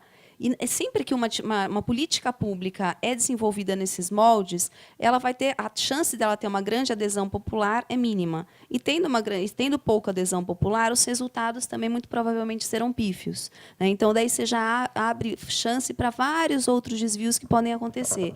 Então, é fundamental que a gente comece a prestar atenção a essa questão da legitimidade, né? A gente está muito acostumado a prestar atenção no juridiquês, né? O que é jurídico, o que é lícito juridicamente, a partir de uma análise simplesmente formal das questões. Eu acho que a gente tem que começar a pensar um pouquinho mais a fundo, um pouquinho mais além, e o que justifica aquele governante ser mantido no poder, simplesmente ele ter sido eleito. Tudo bem, não estou falando aqui, pelo amor de Deus, vamos rasgar a Constituição, não é isso. Mas um nível de reflexão, né? Até que ponto o fato de ter sido eleito para aquele cargo justifica a sua permanência durante o mandato, se as atividades que ele está assumindo ali, se as políticas por ele apresentadas não guardam relação, por exemplo, com o plano de governo apresentado, né? Então, acho que é uma sensibilidade que a gente tem que começar a desenvolver e a cobrar um pouco mais. E, nesse ponto de cobrança, acho que a sociedade brasileira está evoluindo bastante. Sabe? A gente teve ali com as jornadas de julho de 2013, a coisa foi crescendo, e realmente eu falo que eu sou uma otimista, e sou mesmo. A gente tem muito para evoluir, mas eu acho que a gente está num bom caminho. E com relação à subsidiariedade, eu invoco aqui para tratar essa questão dos municípios. Confesso que eu nunca tinha parado para pensar nisso, nessa correlação entre corrupção e o número de municípios. Não era uma dúvida que estivesse tão claramente relacionando esses 2 aspectos. Mas, em princípio, pelo que a gente vê, até pela defesa, tal, dessa questão da subsidiariedade, que pode ser traduzido num dos seus aspectos, só tem basicamente 2 aspectos, né, mas num dos aspectos de deixar sempre para o ente menor o que ele é capaz de fazer, deixando para o maior somente aquelas questões residuais que o menor não daria conta. Isso, normalmente, tem dado muitos bons resultados. Por quê? Primeiro, porque facilita a legitimidade das decisões, né? A população tem uma tendência, uma facilidade de acompanhar o que está sendo feito. O controle social fica muito mais viável, né? Existe uma relação até de pessoalidade que fica muito mais próxima. E também um exercício de raciocínio aqui, nessa linha, pensando na cidade de São Paulo, quantas idas e vindas a gente teve, a questão de delegação da capacidade de licitar para as prefeituras regionais ou para as subprefeituras, e a concentração nas secretarias de subs ou em alguma outra secretaria. É um movimento pendular que a gente vê constantemente, parece que não se chegou ainda a uma conclusão definitiva de qual seria o melhor modelo. Mas, em princípio, eu acho que sempre a descentralização tende a facilitar o diálogo, a participação, a inserção do cidadão na administração pública e, por isso, minimizando assim qualquer risco de corrupção ou de irregularidade. Enfim, a minha opinião. 2 pontos muito rápidos, né? E, especialmente complementando a primeira parte da resposta da Laura, que é o tema da legitimidade. O critério do controle ainda é muito a legalidade, né? Na visão brasileira, né? O legal e o ilegal. Mas o legítimo e o ilegítimo, que é o que a Laura trabalha na tese de doutorado dela, é algo que as sociedades mais desenvolvidas têm isso mais apurado, com instrumentos de controle. Então, por exemplo, hoje se discute, não é, Tiago, a inserção na Constituição do recall, que é a revogação do mandato, que era uma ideia já antiga, né, do professor Fábio Conde Comparato, lá na Constituinte, né, de 86 e 87, e depois não vingou. Então, são as ondas. Né? Agora, então, até com a maior participação da sociedade civil, um instrumento como esse, o instrumento em si, passa a ter legitimidade e apoio. Né? Então, assim, não é porque foi eleito, concordo com a Laura, que esse, assim, pode fazer o que quiser, ou da maneira como, né? Ou até ir contra o seu próprio projeto de governo, né? Que cada vez é mais público também. Então, esse é um ponto. Hoje se debate o recall, então já seria algum... Eu tenho essa visão otimista no sentido da gestão, né? A questão da descentralização, da autonomia dos municípios, ela é boa, né? Mas tem um outro lado também. Os municípios, eles não têm os seus controles internos bem amarrados. Né? Você tem isso, ou tinha, né? Mas de alguma maneira é melhor na União Federal. Você tem isso nos estados, né? Mas os municípios, a depender do tamanho do município, da evolução do município, né? Realmente você vai ter esses problemas de gestão. O controle ele é mais frouxo. Também. E outro ponto que eu acho que aí você tem razão, quer dizer, o Brasil, não é só o caso brasileiro, né? Isso, enfim, vários países, a América Latina como um todo, nós temos assim, o capitalismo, existe um capitalismo de mercado, vamos falar assim, existe, né? O capitalismo no Brasil ele é forte, mas existe também um capitalismo de Estado. Né? Existe uma dependência muito grande da população em relação às estruturas de Estado. E, muitas vezes, para você acessar esses canais, e vamos falar do município, existe também aquele capitalismo de laços, que é um capitalismo de compadrio. Né? Quer dizer, assim, o de uma troca que se dá não nessa transparência que o Tiago mencionou, né? Se dá numa opacidade, né? Que é o que o Gustavo Schiffer estudou na tese dele também, já defendida, né? Então, esse é um ponto-chave, quer dizer, é uma mudança que é ética, é uma mudança que é cultural, é uma mudança que não ocorre, né, do dia para a noite, e os municípios, às vezes, estão muito distantes dos controles, porque não tem controle interno. A CGU fazia, não sei, ainda se faz, depois com essa perda da autonomia, né? Mas assim, ela não só atuava em âmbito federal, como ela atuava também no controle e fiscalização dos recursos federais nos municípios e nos estados. Ainda que fosse de maneira não aleatória, mas de maneira não exaustiva, ou seja, não em todos os municípios, mas já era alguma coisa. Então, com a redução dos recursos, da pasta, enfim, transferência, né, mudança da CGU para o Ministério das Transparências, tem mudado. Então, aí fica um vácuo. E aí eu tendo a concordar, em parte, com você. Né? Ricardo, Roberto, Thiago. Então, primeiro, só para complementar uma questão, que o tempo inicial acabei falando correndo, e para não sobrar dúvida, e talvez a ideia tenha ficado incompleta. Eu também acho, como o professor Gustavo Justino, que é possível a contenção, é possível o controle da corrupção. Né? O que eu acho que é impossível é a extinção. Né? Nós não vamos conseguir eliminá-la, mas nós podemos controlá-la com políticas públicas, com planejamento, com uma série de medidas, com educação, reduzindo as oportunidades, educando, mobilizando a sociedade, com uma série de medidas para não ficar um ruído em relação a isso, uma ideia inadequada.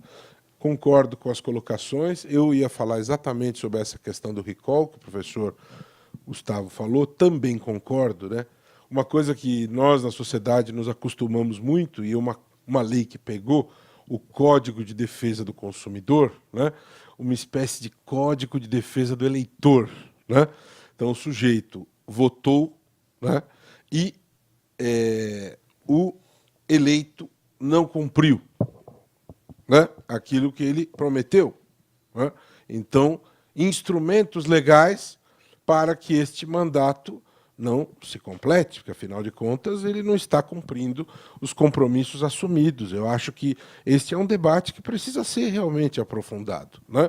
Nós não estamos vivendo tempos de absolutismo, nós estamos vivendo em tempos de república. Essas coisas precisam ser discutidas, apesar de alguns acharem dentro dos seus palácios, dos seus cartões corporativos sem limite, dos seus planos de saúde riquíssimos, dos seus carros oficiais, que ali se vive numa corte, nós vivemos numa república, né? Dos mandatos sem limite, né? Que isso é uma outra questão, se isso é uma república, deveria haver limite aos mandatos. É uma opinião que eu tenho, deveria haver limite. Se tem para o executivo, deveria haver no legislativo, né? Alguns dirão, mas os outros países não se instituem. O Brasil precisaria instituir, porque a falta de limite aos mandatos gera um enraizamento no poder. E esse enraizamento é nocivo. No Brasil, abrem-se tentáculos, criam-se relações que são perniciosas. A sua pergunta sobre a questão da dimensão continental do Brasil, a questão dos municípios, tem uma série de implicações, a meu ver, que são dignas de alguns registros. Você veja, quando entrou em vigor a lei anticorrupção, o desenho que se bolou era dos acordos de leniência entre órgão de controle e empresa suspeita, né? Governo e empresa suspeita. E pouco se pensou se há ou não órgão de controle estruturado. Quantas prefeituras têm controladoria no Brasil? Não se pensa nisso. A maioria das prefeituras não tem controladoria. Tem prefeitura que o controlador é o faxineiro. Ele vai fazer acordo de leniência? O faxineiro? Para não saber o que está assinando? É isso que se planejou? Sem fiscalização? Ministério Público retirado. Afinal de contas, a empresa pode ter sido doadora de campanha desse governo. Então, convém. Né? Então, essa é uma questão. Se você não tem controladorias, veja que é uma questão complexa isso, né?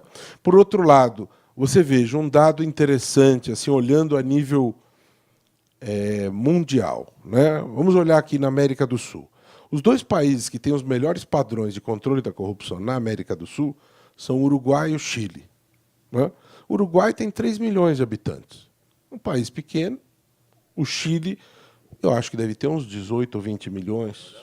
E olhe lá, são países menores, com níveis educacionais melhores, nível de informação melhor, territorialmente menores, tá certo? Então você veja que isso tem implicações. Agora, nós não podemos nos esquecer também do seguinte: o Brasil começou em 1808. Não, mas esse cara está louco? 1808, 98% da população era analfabeta no Brasil. Nós não tínhamos uma escola. Nós não tínhamos uma fábrica. O Brasil não tinha uma fábrica. 98% da população analfabeta. Aí é que começa o país, né? E há não muito tempo atrás, as mulheres não votavam, né? No início da República, só votavam os homens com renda. Então, o Brasil é um país que tem essas complexidades, né? Então, isso que você está falando da questão territorial, isto é relevante. O Brasil é um país continental. E isso nos gera uma corrupção continental. A nossa corrupção, ela é continental. É difícil de lidar com essa situação. Ela tem uma dimensão complexa, né? De você encontrar esta solução, essa questão, a dimensão do país, ela é realmente complicada. E não é algo que caia fora deste... Isso realmente é um problema. Você não tem organismos de controle. Isso é uma questão de política pública que precisaria ser enfrentada. A estruturação, como a Laura começou a explicar em relação à resposta da pergunta, controle interno. Uma coisa elementar, óbvio que isso não resolve. As prefeituras não têm controladorias, já começa daí. Não tem nem órgão de controle interno, né? Vai ter controle da corrupção, não começa nem a lição de casa elementar de ter órgão de controle interno. Aí a coisa começa a ficar complicada, né? Só vou complementar muito brevemente. O senhor mencionou uma iniciativa que era muito interessante, que era justamente esse programa que a CGU tinha de controle da aplicação dos recursos federais nos municípios. Esse programa acabou. não é mais publicado esses relatórios, não são mais publicados, e era interessante porque uma equipe de auditores da CGU ia ao município, fazia uma fiscalização in loco da aplicação de recursos federais no município e divulgavam um relatório na internet com tudo que eles viram, tudo que foi encontrado ali. E era interessante, o impacto disso era enorme, porque os blogs das cidades republicavam esses documentos, enfim, não era só na grande mídia que a gente sentia o impacto disso, era uma coisa que acontecia, mexia com o ambiente desses lugares, né? E infelizmente acabou, é uma grande pena. E os tribunais de contas dos estados recebem muita informação de município. E informação que, embora os tribunais tenham seus projetos de transparência, não está muito acessível para acesso público jornalístico. Então, acho que talvez uma possível estratégia interessante no combate à corrupção pode ser tornar de fato públicos esses dados que deveriam ser públicos. Eu posso fazer uma pergunta, já que eu sou repórter? Eu queria perguntar ao Roberto, que a gente falou muito da situação nacional aqui, mas eu acho que é importante falar sobre São Paulo, né? Tem um estudo interessante, publicado recentemente pela Conectas, fala da relação do Ministério Público de São Paulo com a política, com o poder executivo. Eu queria saber a sua opinião sobre isso, sobre o que aponta esse estudo, de que modo o senhor entende que essa relação muito próxima entre o Ministério Público de São Paulo estadual e o Executivo pode ser digo próximo no sentido de negociação de verba, negociação de posição política, de que forma isso pode ser prejudicial em São Paulo, a partir da tua experiência, do que você observa no combate à corrupção? Você diz o fato de membros do Ministério Público ocuparem postos dentro do governo, é isso? Não apenas ocuparem, o senhor deve conhecer esse estudo que o Conectas publicou, é um estudo importante. Bom, então vou explicar o que ele foi. Eles ouviram, acho que cerca de 50 promotores de São Paulo com condição de anonimato, para eles comentarem até que ponto eles sentiam que o trabalho deles como promotores, nas principais promotorias de combate à corrupção, até que ponto uma relação com o Executivo para negociação de verba, principalmente suplementar, verba para a execução de atividades, também a ocupação de cargos políticos estratégicos na administração. Isso não é uma realidade de São Paulo, isso é uma realidade do Brasil, mas em São Paulo foi interessante, foi a primeira vez que fez um estudo com esse olhar. E eles falavam sobre isso, sobre como que isso interferia na relação deles com o trabalho deles e, naturalmente, eles deveriam estar 100% independentes para investigar o Executivo. Queria saber, então, sobre isso. Eu vou me inteirar e ler esse estudo com profundidade, porque ele realmente é importante. Eu soube alguma coisa superficial a respeito disso, mas eu concordo com essa extrema necessidade da independência, né? Nós tivemos uma situação recente aqui no estado de São Paulo, em que o perdedor na eleição, que foi o Márcio Rosa, foi indicado procurador-geral, né?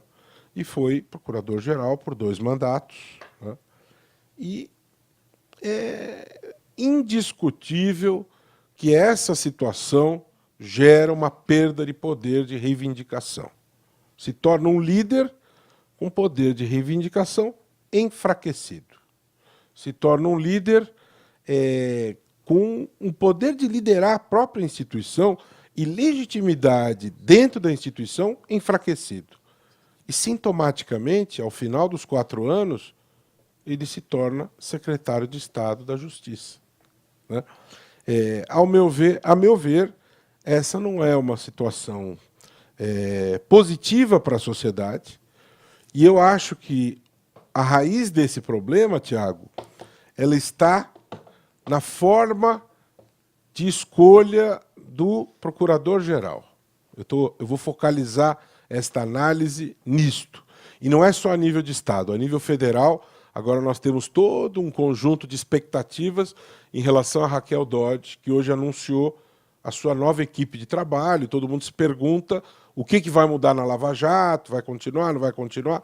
Na verdade, a questão não é a pessoa da Raquel Dodge, que é uma ótima procuradora, tem um histórico excepcional no Ministério Público. A questão não é as pessoas, a questão não é o Alexandre de Moraes, questão não é os indivíduos, são os métodos, né? A forma de escolha do Procurador-Geral de Justiça, a forma de escolha do Procurador-Geral da República não são fórmulas boas. São fórmulas problemáticas, viciadas. Por quê? Porque o fiscalizado escolhe o próprio fiscal, com poderes absolutamente concentrados, exagerados e inadequados, né? Então você tem o governador, tem uma lista tríplice, e ele vai lá no fundinho do gabinete dele e escolhe quem ele quiser. Teoricamente, você tem 2 candidatos que se degladiam. Vamos imaginar que o governador tem um primo que é procurador de justiça, falou: primo, entra aí. O primo, teoricamente, pode ter apenas o próprio voto dele mesmo, entra na lista com um voto, o voto dele, e o governador nomeia. Isso é legal. A lei permite isso, né? E legitimidade ele tem nessa condição? Nenhuma, né? Como que isso poderia melhorar? Não tem fórmula perfeita. Não tem fórmula extraordinária e mágica. Não dá para eleger pelo povo. Você pode ter um Datena virando Procurador-Geral de Justiça. A sociedade não quer um Datena Procurador-Geral de Justiça. Óbvio que não. Com todo respeito ao Datena, ele é um bom comunicador, mas ele não seria um bom Procurador-Geral. Eu acho que seria melhor um sistema bifásico mais equilibrado. Os membros do Ministério Público precisam ser ouvidos, porque eles são uma voz importante para dizer, na visão deles, quem seria o melhor gestor da instituição.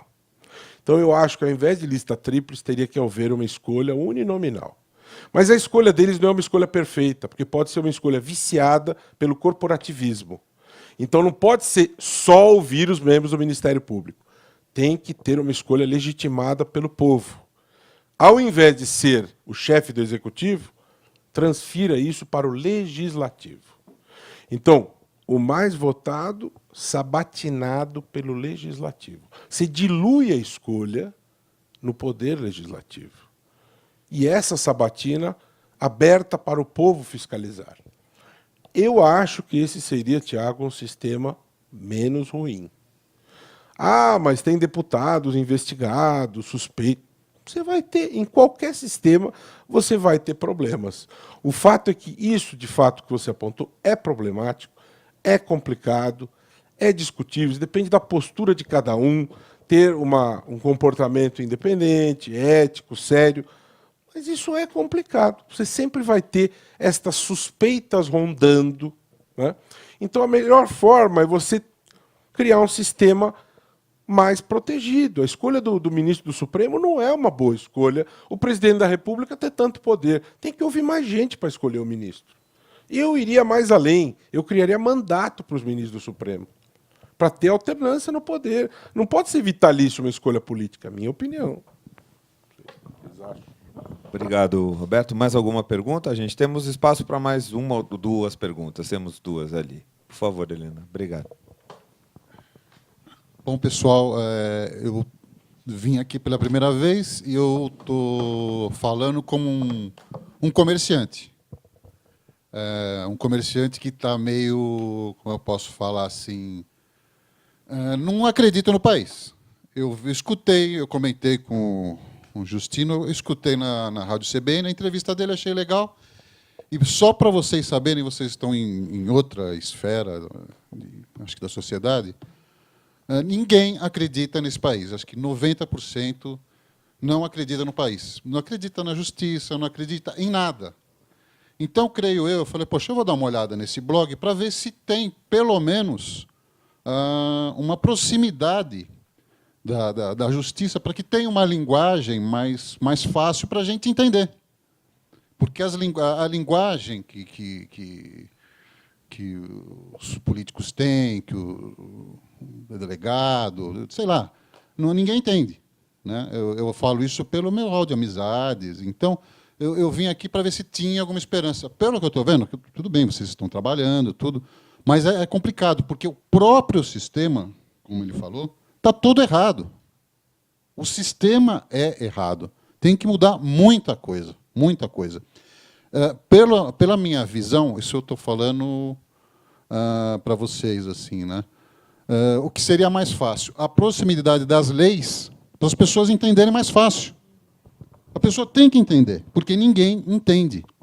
Quando a gente vê, liga a TV e vê um goleiro Bruno, pô, o cara vai sair, ele matou uma mulher e vai sair. O que é isso? Né? A gente está... Aqui o brasileiro, desculpa falar, acho que o brasileiro é muito tranquilo. Se fosse em outro país, já estava tendo guerra já. Né? Justiça com as próprias mãos. Deus que me perdoe. Se fosse num parente meu, né, eu mataria esse cara. Porque não tem justiça. Aqui eu não vejo justiça. É uma visão de quem está de fora. Que isso sirva de lição para vocês, delegados, procuradores. Ninguém vê justiça. 90% de quem eu converso. Para vocês terem uma ideia, a Lava Jato, todo mundo fala, deve ter americano atrás. Americano está atrás desse cara, porque não é possível, ele já tinha tomado, para prender um cara da Odebrecht que mandava no país, né? Então tem gente grossa atrás, só deve ser americano. Então, gente, é isso que todo mundo fala. Eu, como comerciante, eu já sofri, como eu posso dizer, vários problemas com polícia, com auditores, porque você tem que pagar. Se você não pagar, eles fecham o seu comércio. Isso, um comércio na Avenida Nazaré.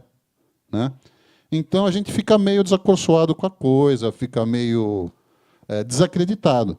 Então, a minha esperança, estou falando para vocês todos que estão aqui, vamos aproximar as leis ao povo, né? Ao pessoal mais simples, para a gente entender e acreditar. Porque ninguém acredita, pessoal. Ninguém. Eu estou falando em outra esfera, ninguém está acreditando. A gente vê que, tem esforço. Esse blog, eu achei, do pouco que eu vi a sua entrevista, eu achei ótimo, por isso que eu me encaminhei para cá. Né? E, vamos fazer um negócio legal, vamos encaminhar, vamos mostrar que a lei funciona. Porque 99% das classes menos desabastadas não acreditam. Ou seja, quem tem dinheiro não vai preso. Né?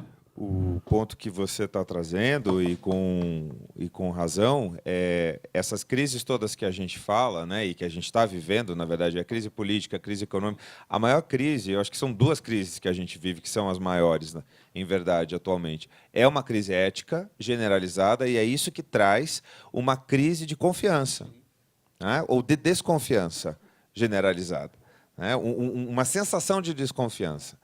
Então, de uma falta de confiança nos poderes constituídos. Ainda assim, muita coisa está funcionando, as instituições vêm funcionando. Né? É claro que, na nossa realidade cotidiana, e é verdade o que você traz também, não é diferente comigo, porque sou professor, mas sou advogado. Então, quer dizer, eu também tenho, né, eu digo, o meu espaço de trabalho e que eu tenho que me desenvolver. Né? Não viveria com o salário da Universidade de São Paulo. Não poderia.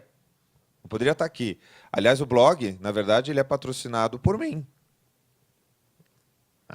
E gastamos bastante, né, Helena? no todo.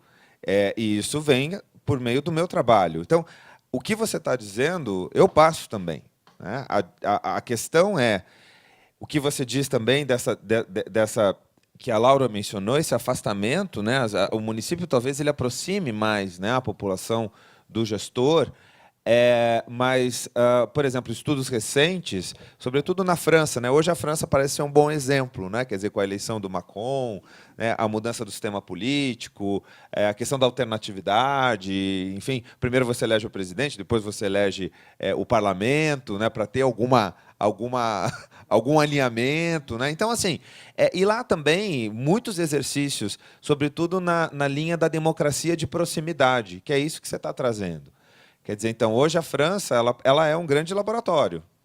Né? Não só a França, existem outros países também. E eu acho que nós podemos, sim, aprender não só com a França, mas com outros países que avançam. Claro que a cultura brasileira, assim como os outros países, é uma cultura específica. Né? Os problemas existem. Mas eu também sou, como a Laura, muito otimista. Talvez por isso tudo que esteja acontecendo aqui. É por meio do debate, por meio do esclarecimento, é por meio da informação que a gente consegue avançar um pouco naquilo que nos compete. Né? Naquilo que nos compete. até, sobretudo, no campo das opções, no campo das escolhas, no campo das decisões. E esses assédios que você mencionou, se você me permitir, vamos chamar de assédio, esses assédios eles são também da prática brasileira. Não quer dizer que todos os integrantes de todas essas carreiras que você mencionou atuem dessa maneira, não é? Então, assim, o desvio ou a prática indecorosa, vamos dizer assim, a atuação indecorosa, ela está em todos os níveis da sociedade, não só nos órgãos constituídos, nas instituições políticas, em outras instituições, mas também na própria sociedade. Então, as instituições elas são reflexo da sociedade. Não estou dizendo que isso é culpa da sociedade, né? É um mecanismo que... e é isso que os sistemas de prevenção à corrupção, e, por exemplo, essa forma que a Laura traz, né, do whistleblowing, que é da denúncia, né, remunerada, compensada, né, são medidas que outros países já tomaram e conseguiram conter a corrupção. Eu achei excelente. Então, acho que por aí, acho que temos que ser otimistas, não? Se eu puder deixar uma palavra nisso, até como estudioso, a gente percebe mudanças. Elas são pequenas, é verdade, mas elas vêm ocorrendo. Não, é mudança. Eu estou vindo aqui porque a gente está vendo uma luz, uma pequena luz no fim do túnel. Eu acho que vai demorar muito. Mas, como ele falou, o sistema está todo errado. O exemplo vem de cima. Né? Sem o dúvida, exemplo mas vem de cima. Não vamos perder o otimismo. Temos Não, tempo com para mais certeza, uma com pergunta, certeza. te agradecendo a Muito intervenção. obrigado, muito obrigado. E aí a gente vai fazer, enfim, passamos para o momento, né, do coquetel e também podemos continuar conversando, né, com proximidade, mas passamos para o segundo e último momento do evento, que é o momento dos autógrafos, né? Bernardo? Doutor Gustavo, parabéns pela iniciativa e parabéns pelo debate, porque tudo começa com o debate público, né, que é o que a gente está fazendo aqui. Eu queria lembrar um comentário seu, uma das últimas vezes que a gente estava conversando, vamos ver se você lembra. A gente já conversou tanto, não né? É verdade? Tanta coisa. Não, e para mostrar como a corrupção está tão enraizada e como a coisa é tão grave. Era no começo da Lava Jato, eu acho, e você comentava o seguinte: primeiro vão ser presos os empresários que estão envolvidos, né, em corrupção. Depois vão começar a ser presos os políticos que têm relação com esses empresários e também são corruptos e estão envolvidos. E, em terceiro lugar, vão ser presos os advogados, que estão envolvidos com esses políticos e com esses empresários que também fazem parte desse esquema de corrupção. Então, eu queria que você comentasse um pouquinho, porque a situação complementando o que o nosso colega falou, é muito grave. Esse é um tema espinhoso, sobretudo para um advogado falar, né? Mas eu publiquei um artigo, então depois eu posso até voltar num post nesse artigo, mas é justamente o reposicionamento e as novas funções, não só da advocacia privada, mas da advocacia pública também, nessa era pós-Lava Jato, né? A gente já pensa na pós-Lava Jato, no sentido do que a Lava Jato trouxe, né, de inovação, do legado da Lava Jato. Sem dúvida... Bom, o que muitos esquecem, acho que aí só para a gente, né, 2 ou 3 pontos rápidos de um tema que é espinhoso, a advocacia, diferentemente de outras profissões, que o jornalismo é muito próximo nesse sentido da advocacia, né? Mas no Estatuto da Advocacia deixa muito claro, quer dizer, o advogado ele exerce uma atividade profissional, mas ele tem uma função social. Ele exerce também uma função pública. A OAB não é só uma corporação de advogados, ela é também uma organização de proteção do Estado de Direito Democrático. Então, essa dualidade faz com que o exercício da atividade do advogado tenha uma proteção nesse Estatuto da Advocacia que protege a sua relação com o seu cliente, em virtude desse sistema todo que se cria, né? Então, esse é um ponto.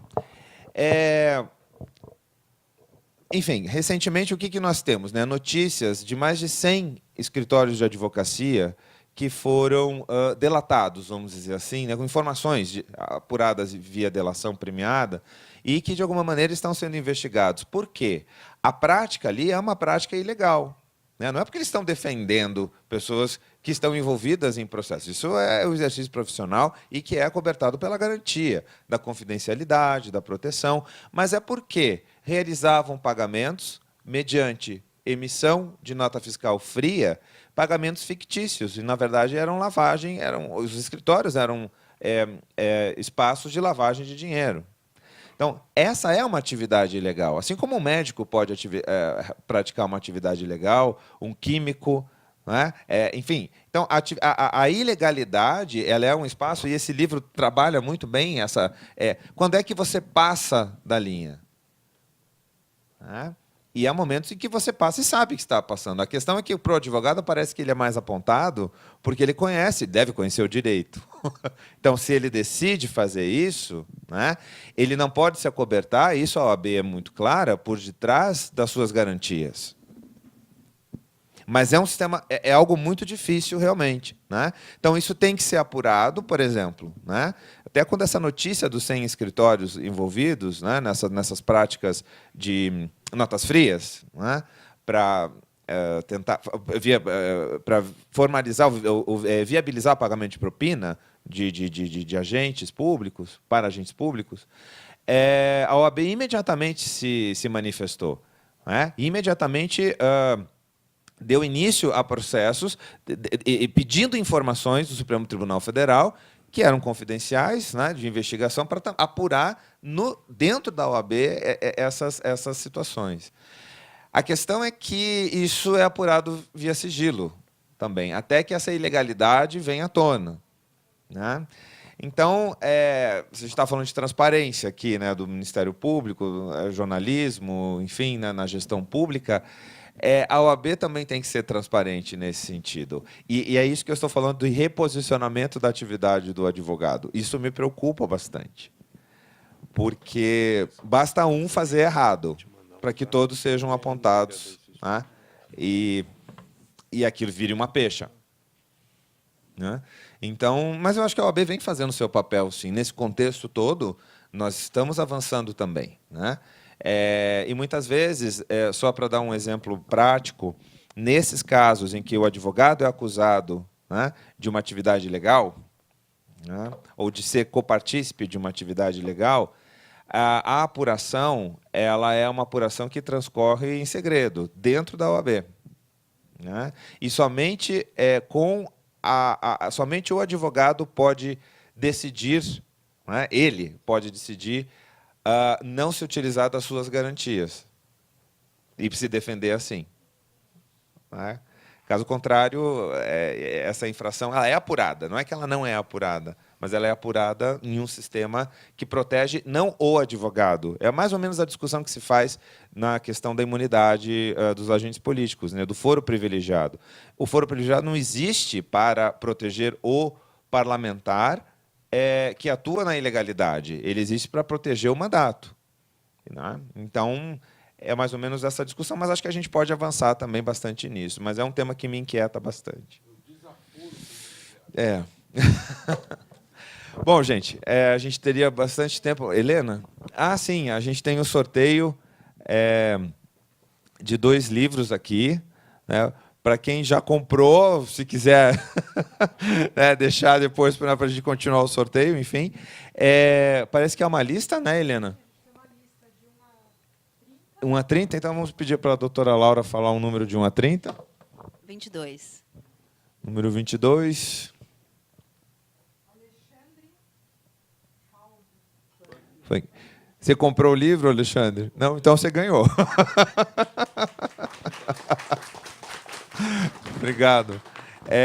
Tiago, você quer falar um número de 1 a 30, por gentileza?